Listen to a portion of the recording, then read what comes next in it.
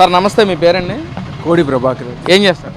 నేను sales field అండి, marketing line. Jaganmohan నిన్న ప్రెస్ మీట్ పెట్టి గవర్నర్ కలుస్తున్నాం, మేము కోటి సంతకాలు సేకరించాము చంద్రబాబు ప్రభుత్వం మీద, మెడికల్ కాలేజ్ మొత్తం చంద్రబాబు ప్రైవేటీకరణ చేస్తున్నాడు అని చెప్పి మాట్లాడుతున్నారు. అసలు పీపీపీ విధానం అంటే వైసీపీ నాయకులకు కానీ అసలు పీపీపీ విధానం ఏంటి సార్? అసలు దాని గురించి మీరేం చెప్తారు? అసలు పీపీపీ విధానం అనేది పబ్లిక్ ప్రైవేట్ పార్ట్నర్షిప్ అండి. ఈ పబ్లిక్ ప్రైవేట్ పార్ట్నర్షిప్ మీద రోడ్లు వేసేది అదే విధానం, ప్రాజెక్టులు కట్టేది అదే విధానం, ఏదైనా కాంట్రాక్టులు చేసినా అదే విధానం, ఏది చేసినా పీపీపీ మీద నడుచుద్దండి. మరి కొత్తగా పీపీపీ అనేది ఏమి రాలేదు, ఎప్పటి నుంచో ఉన్నది. ప్రస్తుతం వీళ్ళు పీపీపీ గురించి వ్యతిరేకిస్తున్నారు. ఆ వ్యతిరేకించడానికి కారణం ఏంటనేది వాళ్ళు ముందుగా చెప్పాలి.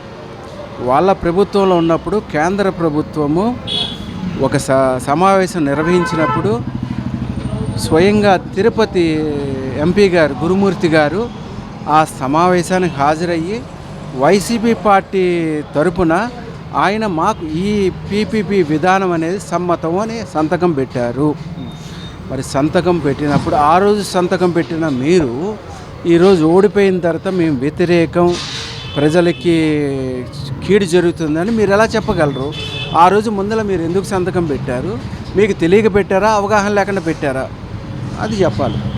అంటే ముఖ్యంగా జగన్మోహన్ మాట్లాడుతూ చంద్రబాబు మదరా ఫాల్స్ క్యాంప్కి మెడికల్ కాలేజ్ మొత్తం డెడికేట్ చేస్తూ ఉన్నాడు అని చెప్పి కూడా మాట్లాడుతున్నాడు. అసలు మదరా ఫాల్స్ క్యాంప్స్ అంటే అసలు ఏంటి సార్? అసలు చంద్రబాబు నాయుడు గారి గురించి జగన్మోహన్ రెడ్డి గారు అన్నారు మదరా ఫాల్స్ క్యాంప్స్ అని. దేంట్లో చూడమన్నారండి ఆయన? మెడికల్ కాలేజ్ విషయము గూగుల్ను అమెజాన్ ఏఏ గూగుల్లో. అయ్యా పెద్దవారు, నేను చెప్పకూడదు, మాజీ ముఖ్యమంత్రి స్థాయి వ్యక్తులు గూగుల్ ఏంటి ఏఐ ఏంటి అనేది ఫస్ట్ ఒకటి తెలుసుకొని మనం మాట్లాడాలి. గూగుల్ అనేది మనకు సమాచారం ఇచ్చేది, ప్రపంచవ్యాప్తంగా సమాచారం ఇచ్చేది. ఏఐ అనేది సాంకేతికతకి ఉపయోగపడేది.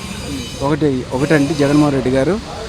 ఇప్పుడు గూగుల్లో కొట్టమన్నారు కదా, గూగుల్లో చంద్రబాబు నాయుడు గారిని ఒక్కసారి కొడితే ఒకప్పుడు ex CM, present CM Chandrababu Naidu అని గూగుల్లో కొడితే చంద్రబాబు నాయుడు గారి హిస్టరీ వస్తుంది. ఏం హిస్టరీ వస్తుంది?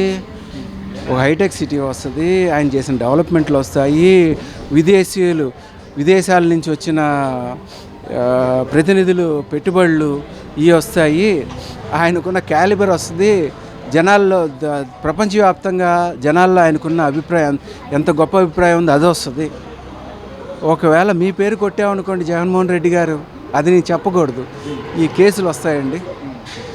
అంటే ముఖ్యంగా మాట్లాడుతూ అసలు చంద్రబాబు మన రాష్ట్రానికి ఏం చేశారు, నేను పేరునని కూడా మాట్లాడుతూ, కానీ విడతల రజని కూడా మాట్లాడుతూ ఈ కోటి సంతకాలు ఎవరైతే పెట్టారో ప్రజలు, చంద్రబాబు ప్రభుత్వం వాళ్ళ మనోభావాలు దెబ్బతీసేలాగా మాట్లాడుతుందని చెప్పి కూడా మాట్లాడుతున్నారు. ఏం చెప్తారు సార్? మరి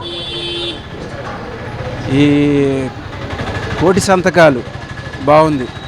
ఈ కోటి సంతకాలుకి సంతకం కోసం వెళ్ళిన వాళ్ళకి ఈ పీపీపీ గురించి తెలుసా? సంతకం పెట్టిన వాళ్ళకి పీపీపీ గురించి తెలుసా? ఏదో పార్టీ కండువా వేసుకున్నారు, వెళ్ళి బాబు కావాలని చెప్పి సంతకాలు పాపం తిరిగిన కార్యకర్తలు కూడా వాళ్ళ పాపం వాళ్ళకేం తెలియదు, అధిష్టానం చెప్పింది, వీళ్ళు వెళ్ళారు, తెలిసి బాబు కొద్దిగా సంతకం పెట్టండి, ఇది పరిస్థితి, ఏదో ఒక హాస్పిటల్స్ అంట అని చెప్పి చేశారు. మీకు కూడా దాని గురించి ఒక అవగాహన ఉందా?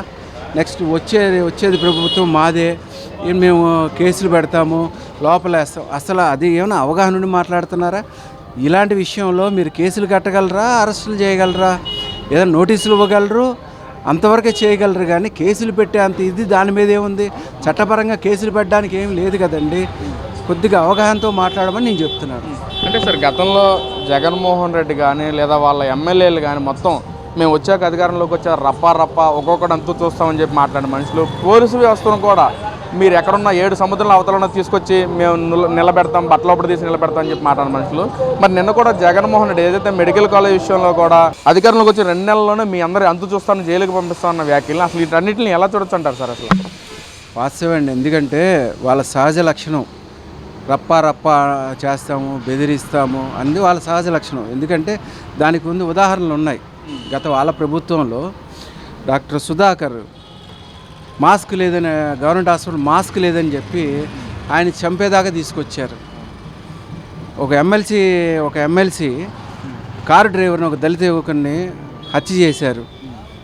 మాచర్లలో బోండమ్మ గారు, బుద్ధ వెంకన్న గారు వెళ్తే సాక్షాత్తు దాడి చేశారు. మీరు చేయని అరాచకాలు ఏంటి, మీరు చేయని దమనకాస్ట్ ఏంటి? పబ్లిక్గా వచ్చి మీరు మీ పేర్లు ఎందుకు, పేర్లు నేను చెబితే పేర్లు జనాలు చెప్తారు. బండ బూతులు తిట్టుతూ వయసుకు కూడా విలువ ఇవ్వకుండా చంద్రబాబు నాయుడు గారిని ఎంత బండ బూతులు తిట్టారు. తెలుగుదేశం కార్యకర్తలు ఎంత బెదిరించారు. మాచర్లలో పోలింగ్ స్టేషన్లోకి వెళ్ళి బ్యాలెట్ బాక్సులు బద్దలు కొట్టారు. మీరు చేసిన అరాచకాలు అంతా ఇంత అరాచకాలా?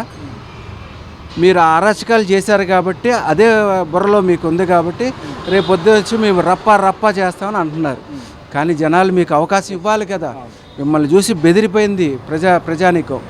ఈ కిరాతకాలు, ఈ హత్యలు, ఈ కులం కార్డు పెట్టుకొని చేయడము, ఎంతమంది దళిత సోదరుల్ని మీరు చంపేశారు, ఊచకోత కోసారు. సుధాకర్ అనే డాక్టర్ దళిత సోదరుడు, ఆయన్ని మాస్క్ లేదంటే ఎంత చేశారు మీరు రప్ప అనేది జనాలు తెలుసు. మీరు కొత్తగా చెప్పక్కర్లా. మీది రాక్షస నీతి అని, మీరు వస్తే మళ్ళీ భయాందోళన సృష్టిస్తారని కూడా ప్రజలకు తెలుసండి. అంటే సార్, ఏదైతే చంద్రబాబు నాయుడు గారు కలెక్టర్లతో మీటింగ్ పెడితే దాన్ని కూడా పేరునాని వ్యంగ్యంగా మాట్లాడుతూ నీ గ్రాఫ్ పడిపోయింది చంద్రబాబు, నీ గ్రాఫ్ పడిపోతే కలెక్టర్ని వాళ్ళని ఎందుకు ఉద్దేశిస్తూ మాట్లాడతావు? ప్రజల్లో నీ గ్రాఫ్ పడిపోయింది కాబట్టి ప్రజలు తీవ్ర వ్యతిరేకత ఉన్నారు, అందుకే 1 కోటి సంతకాలు మాకు వచ్చి సంతకాలు పెట్టారని చెప్పి కూడా మాట్లాడుతున్నారు. నిజంగా చంద్రబాబు గ్రాఫ్ ప్రజల్లో పడిపోయింది అంటారా సార్? పేర్నాని గారు ఇంట్లో ఉండి పేపర్ చూసి ఒక ప్రెస్ మీట్ పెడతారండి. ఎందుకంటే అది రాజకీయంగా వాళ్ళకి కావాలి. చంద్రబాబు నాయుడు గ్రాఫ్ ఇప్పుడు కాదు, ఎప్పుడూ పడదు. ఆయన ప్రతిపక్షంలో ఉన్న, అధికారంలో ఉన్న ఆయన గ్రాఫ్ ఎప్పుడు పడదు. ఆయన ఒక స్టేజ్లోనే ఉంటారు. కలెక్టర్ల సమావేశం పెట్టారు. ఆయన దేనికి పెట్టారు? పరిపాలన ఎలా జరుగుతుంది, ఈ కలెక్టర్ని పిలిచినప్పుడు అయ్యా ఈ విధంగా ఉంది, మీరు కొద్ది డౌన్ఫాల్ ఉంది ఈ విషయాల్లో మీరు ఫాలో అప్ లేదు, మీరు చేసుకోండి, మీ గ్రాఫ్ తగ్గుతుంది, మీరు పెంచుకోండి. అది అడ్మినిస్ట్రేటర్గా ఆయన చెప్పాల్సిన బాధ్యత.